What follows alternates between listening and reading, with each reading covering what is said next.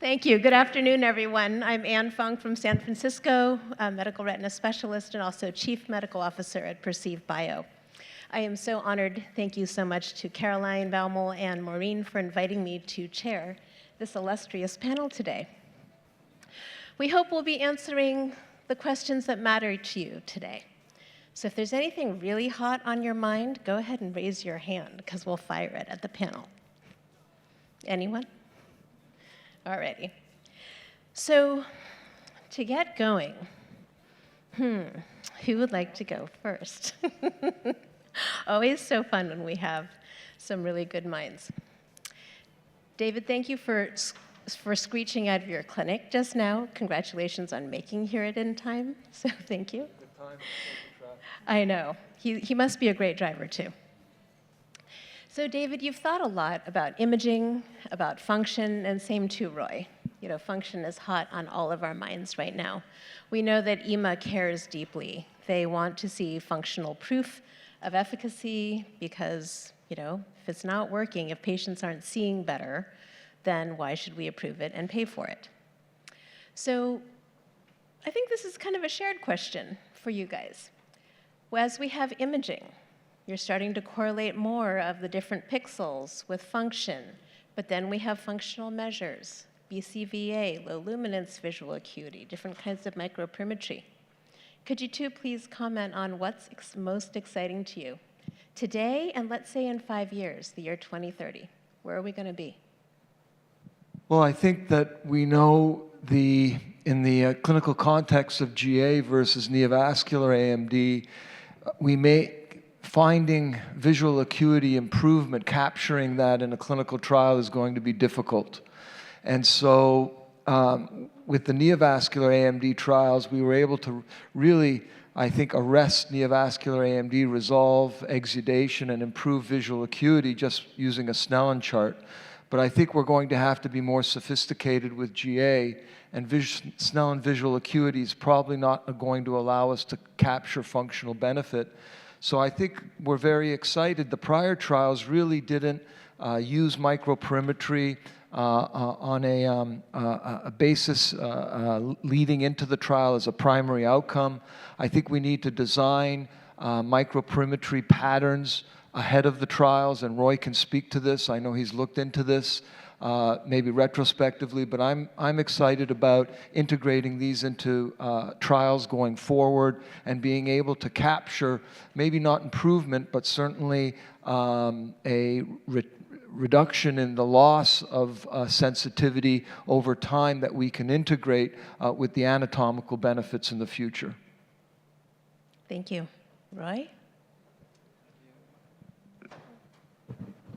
Yeah. So just echoing David, I think, and also what you said before, and about difficulty showing vision improvement. So first of all, I think the paradigm is very different from neovascular AMD. Even if we had the best tools, we will never be able to show visual improvement because this condition, you know, just patients lose vision, and with the current treatments that we have, we slow them down, and the paradigm is a bit more like glaucoma than like neovascular AMD. So we will never be able to show that.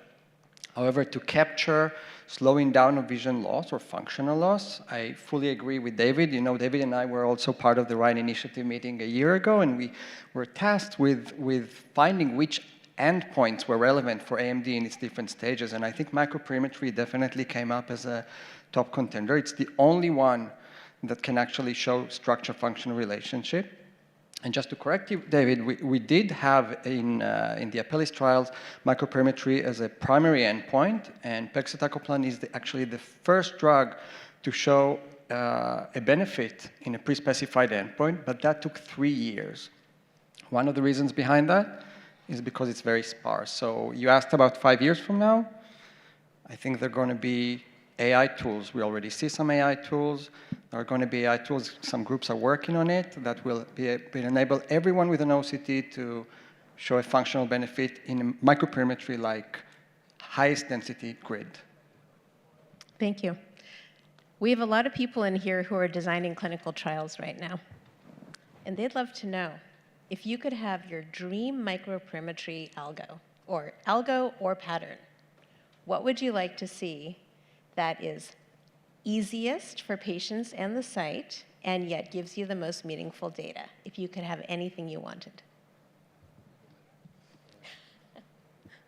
I'll divide my question to the feasible and to the future, very near future. So the feasible, many groups are currently looking at custom-tailored GA grids, which will just look at the perimeter of the lesion where all the action is, where all the disease is. And we've shown in post-hoc analysis that you do see a signal there. So that's going to be very helpful also for patients. But I think what's going to be most helpful for patients is what I mentioned before, because if you use OCT, then you don't take that longer time and effort from the patient to acquire microperimetry, which for some patients with poor vision, that's a burden. That's an excellent point. You know, we have now earlier biomarkers on OCT.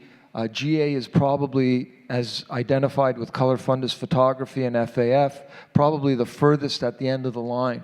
But now we have CRORA, IRORA, we have biomarkers that predict those, and we know that there is a sequential loss in sensitivity with IRORA to CRORA to GA.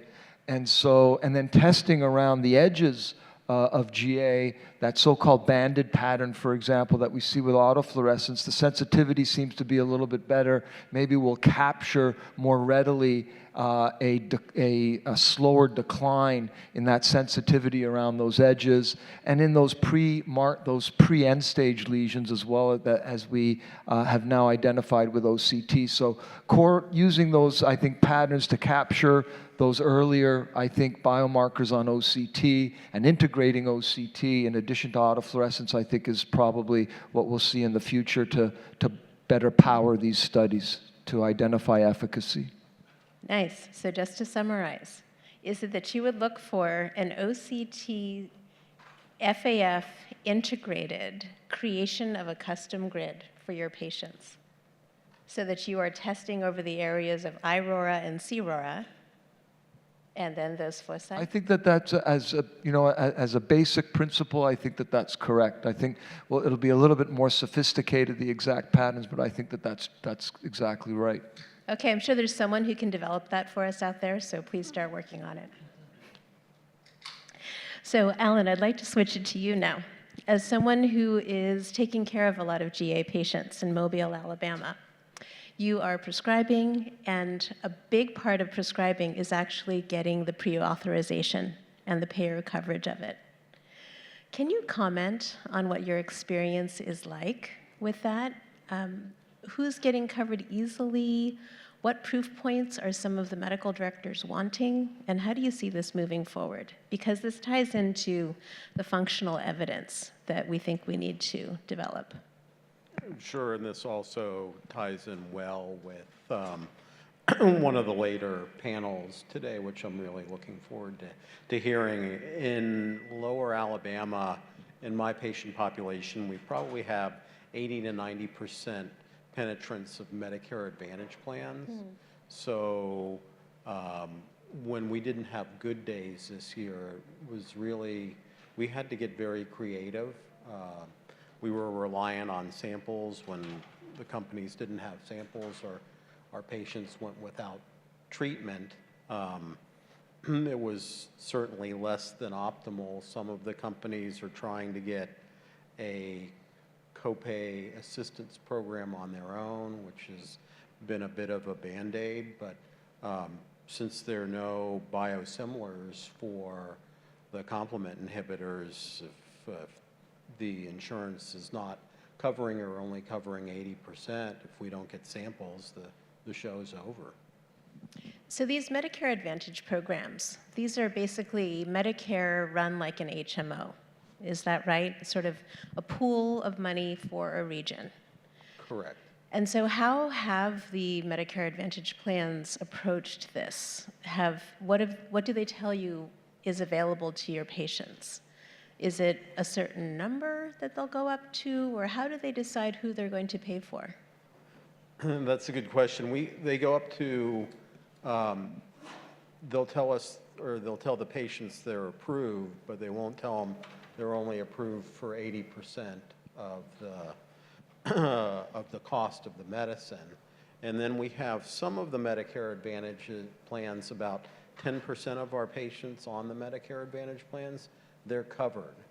But these plans, when we ask them if the patients are covered, they're actually an agglomeration of multiple plans, and they said, well, your patient should be covered 100%, but we're not sure. The only way we know is for you to go ahead and treat the patient and submit the claim. So it's kind of basically a roulette with $400 or $500 of the patient's money. And so it's the patient who's got the roulette, and they won't know until 1 or 2 months has passed whether they are on the hook for the $400 for that first injection, for the first eye. Yes. Much less the second eye. Okay. Have you gotten any inklings from them as to what evidence they're looking for? Do you have to prove anything to the insurance companies when you ask for coverage? Because as we think about designing our clinical trials, we have to start in phase 2 to put these endpoints into our trials so that we can really power them in phase 3. Alabama is a fairly simple place with the FDA and CMS approving the medications. We really haven't had a whole lot of pushback on the 80% or on the coverage. Thank you. Very helpful. So, Dr. Weng. Uh-oh. We know that adoption of Syfovre and Izervay has steadily been growing in 2024 and 2025. It was such a major step forward for our community to have the FDA approval of these agents because, number one, opens a path for the subsequent ones. What do you see as the top 3 considerations for greater adoption of these agents? Yeah, thanks for that, Anne. Let me start off by saying that even though our community has been a bit slow to warm up to our GA drugs, there is growth if you look at the numbers. And I think if there's anything I'm going to emphasize to our industry partners in the room today, it's that the treatment of dry AMD and GA remains one of our greatest needs. So I'll start there. Your question is about hurdles to adoption. And you and Alan just touched on some of the reimbursement access issues. Aside from those, I really do see that there are 3 main obstacles, and I'll categorize them as such. The first one, safety. Top of mind for all of us, especially in this arena. As the denominator of the injections that we've given increases, I do think that our comfort level with the safety profile of these drugs is better than it was 2 years ago. That said, there is still a real risk of things like IOI and of exudative conversion, and it's important for us to remain vigilant with post-marketing surveillance. The second bucket really is in terms of efficacy. And we've been spoiled as a field for the past 2 decades by the current anti-VEGF drugs that we use, where we've come to expect that when we initiate a treatment for patients, that there's going to be visual improvement. But we're just not there yet with our first-generation GA drugs. Right? So these drugs work by slowing lesion growth, as has already been said earlier. And in that sense, I sort of think of them, Anne, like preventative medicine, right? And the big challenge with any sort of preventative medicine is the absence of a counterfactual. So you'll never know how much worse someone would have been if you hadn't started the Syfovre, if you hadn't started the Izervay. And that makes it really, really difficult to truly appreciate the value of a drug. So while we're continuing to work on our next generation of GA drugs, I think it's really important that we have concurrent pathways and pipelines looking into the development of regenerative therapies. Super excited. You guys just talked about those in the last session, but also therapies that allow us to intervene earlier in the disease course. Super, super critical. And then the third hurdle I really see is, perhaps the lowest hanging fruit, which is durability, right? So the trials that led to the approval of the 2 complement inhibitors that we have today did not show a clear visual benefit. And in fact, even the anatomic benefit was modest. If we're calling a spade, right? So, with that being said, that's why it's really, really important when you're thinking about injecting a patient monthly or every other month. The truth is that the risk-benefit ratio is frankly not all that appealing today in 2025. That's why I'm really excited about companies like Sanofi and 40MT and Perceive Bio that are looking at gene therapies for GA, because we need longer durability drug delivery platforms. We need longer acting molecules. I'm also very excited about some of the oral and systemic treatments that are out there being looked at by Elkius and Belite Bio and Stealth that might take injections off the table completely. And I think that if any of those hit, that risk-benefit ratio will be tipped favorably. Thank you. Really exciting future. I love the way you summarize that. That's always your strong suit. Deep thinking and summaries. David, back to you. I'm very curious about the academic perspective of the question that I asked to Alan about reimbursement, about just how the coverage and use of the anti-complement agents is going in the more academia world.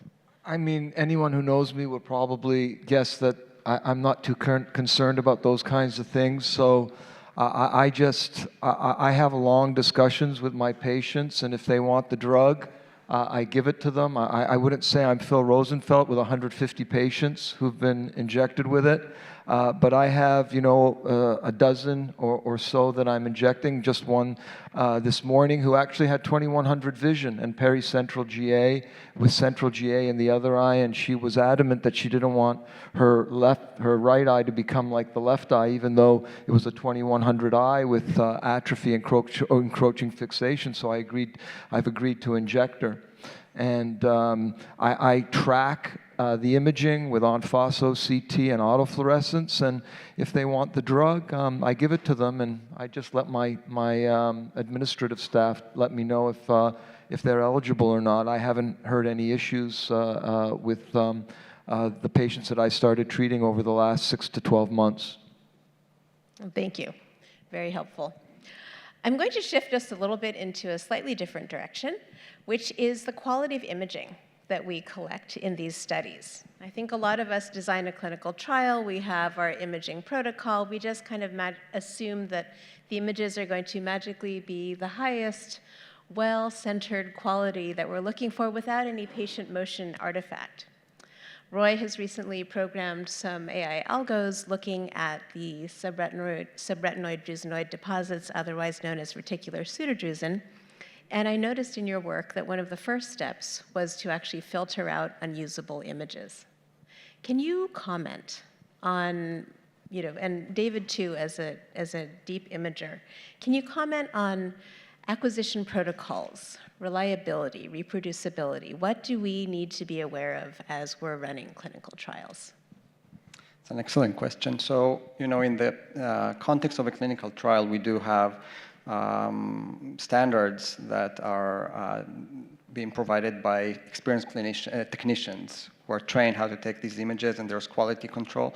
For example, the work that we did for the reticular pseudodrusen, half of them were unusable.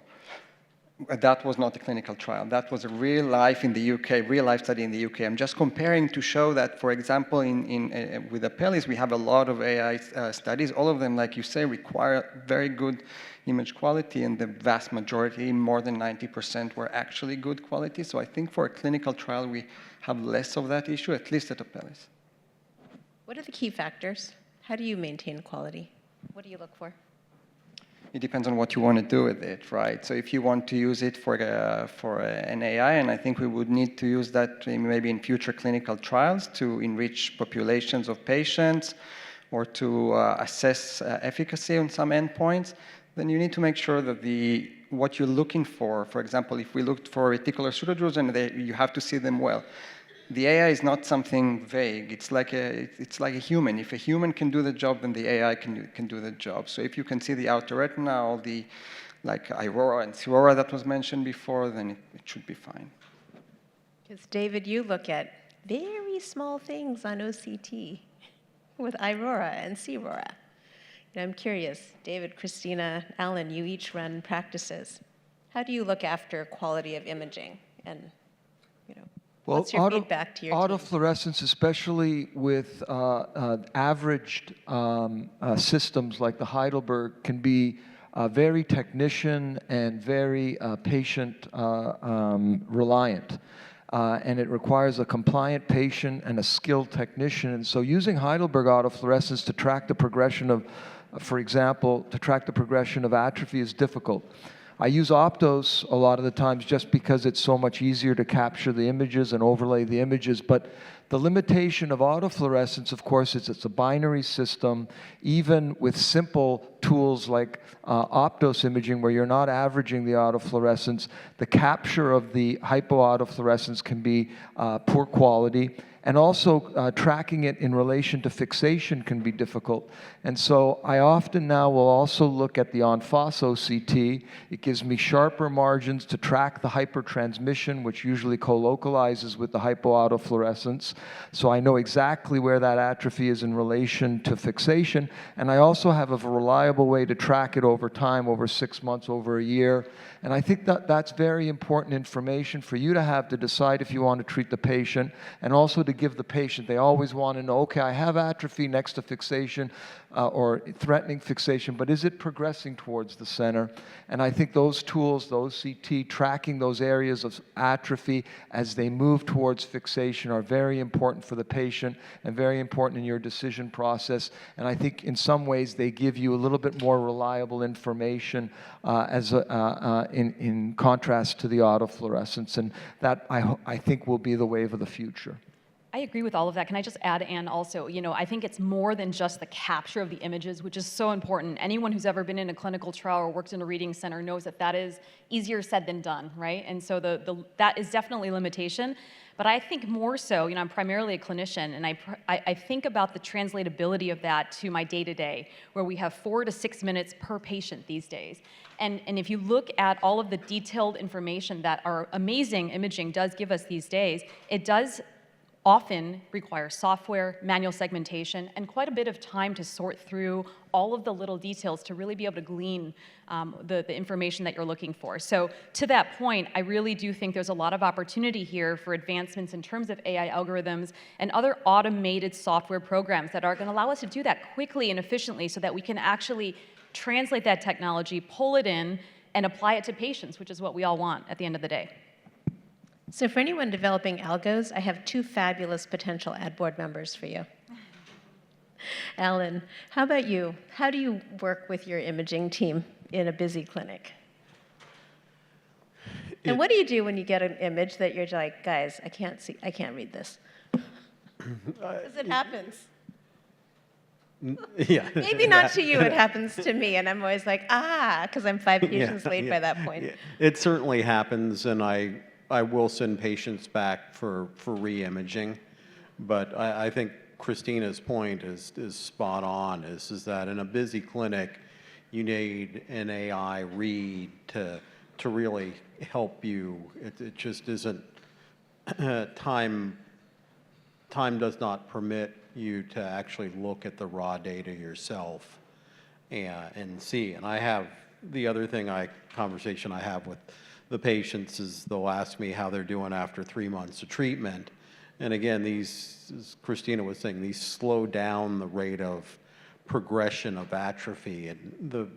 And at 6 months to a year, the changes are somewhat modest. I typically tell patients that to get something measurable and repeatable, we need to look at it after a year. As long as they're seeing about how they were seeing 3 to 6 months ago, that means it's probably working, just kind of a quick litmus test. Because some people see a little better with complement inhibitors. I'd say about 5% of my patients feel like they're seeing better, and they are, and I don't know how to explain it. And then I have a few patients that feel like they're seeing worse despite complement inhibitors, and as we've discussed, you don't know whether that's natural history or the complement inhibitors. But again, I think that 6 months to a year of assessment and an AI help would be really helpful. Thank you. And do we have 10 seconds to talk about photobiomodulation? Yes. I think that's a big deal. Yes, tell us. We have about 5 minutes left. 5 so minutes? You have a specific question? I do have one to take us home, but you can, 60 seconds, go ahead. Well, I think it's important we discuss it because it's an FDA-approved procedure and it's available to our patients, and we have to understand exactly how will it benefit our patients, and should we be referring patients for this procedure, which is, albeit benign, but requires some degree of investment of time on the patient's behalf. And I think if you look at the data, and there's been a lot of discussion about it, and I've heard a lot of talks, and by Vas Sada and Neil Bressler, and I think they make very important insight into this, is that the FDA-approved trials were by no means definitive in terms of the visual acuity improvement. There was definitely a concern about regression to the mean in terms of both groups. But in addition, you have to consider the fact that the margin of improvement we're talking about is a few letters or one line. And that shouldn't be, I think, the design of what we're trying to do in these high-risk AMD patients, improve them by a few letters. You can send them to refraction, they may have that degree of improvement. But one thing that I will highlight here that I think is important is there's preliminary data to suggest, I saw the data, 20 versus 60% that you're reducing GA. Now that wasn't the design or primary outcome of the study, but that's important. That's the holy grail. That's what we're looking for. And I think that perhaps they need to look at that further in future trials. I know that there were several patients that had collapse of the drusen, and there is some concern that as drusen grow and grow and grow, they outstrip the choroidal supply, and that can ultimately lead to geographic atrophy. So perhaps if we collapse drusen early in their life cycle, especially the high-risk ones, perhaps there may be a benefit there. And I think that's where the company needs to go in order to find something that would be, I think, of value to the patients and to the retina community. Thank you so much for bringing that up, David, because I do think we have to think holistically about, the pathophysiology of age-related macular degeneration, what's going on. It doesn't happen to your 60s, so it's taken time for something to accumulate. So you're actually leading into my final question, and I think you answered it for yourself, which is, as we start pushing the boundary more towards intermediate AMD, before patients have lost vision, what are we looking for? And I heard you talk about that huge impact of preventing atrophy in the first place. So that's a great one. If we think about what does great look like for intermediate AMD trials, that's my question to you guys.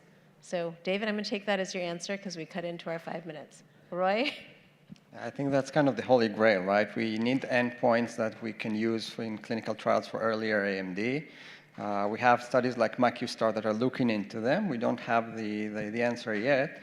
We do have some results, for example, from pegcetacoplan showing that the drug works outside the lesion. We have results from the Bone Reading Center from Vienna. And the question is, will it actually work earlier? And we do need to look at this population of patients. I think that could be very useful in the future if it works. So what biomarker would you keep your eye on for that? That's, again, the holy grail. But you got to put your peg somewhere. It's the pre-aurora, right? It's any changes in the outer retina. So we have development of GA, pre-aurora. Christina? Gosh, I don't know. I mean, I agree with everything that's been said. And David, I appreciate your comments very much about the Lightside trial and some of the questions that remain. Looking forward to the 2-year data on that. I mean, definitely slowing down and modifying disease process is really important, but I think the real cheat code here that we're all looking for is for something that can improve vision. And I don't think that we should necessarily negate that as an impossibility, and that's why regenerative therapies are definitely on my mind still. I think that if we can find something that can actually help these patients gain back vision, that's really, at the end of the day, what would be most appreciated, I think, by all of us. Thank you. And Alan? And I'm encouraged that we're having this type of conversation about PBM and other factors, is that if you look at the development in the dry AMD space, I'm actually more encouraged than the wet AMD because we're still primarily targeting one pathway with wet AMD, whereas we're looking at mitochondria, we're looking at inflammasome with Inflammex, we're looking at complement inhibitors, Avicida is looking at macrophage modulation, plus all the cell and gene therapies. I think it's really an exciting field. Well, thank you very much. Thank you all for your attention today. We've got a lot ahead of us in geographic atrophy. Next year, we'll be having yet another leap forward conversation on it. Have a great day. Thank you.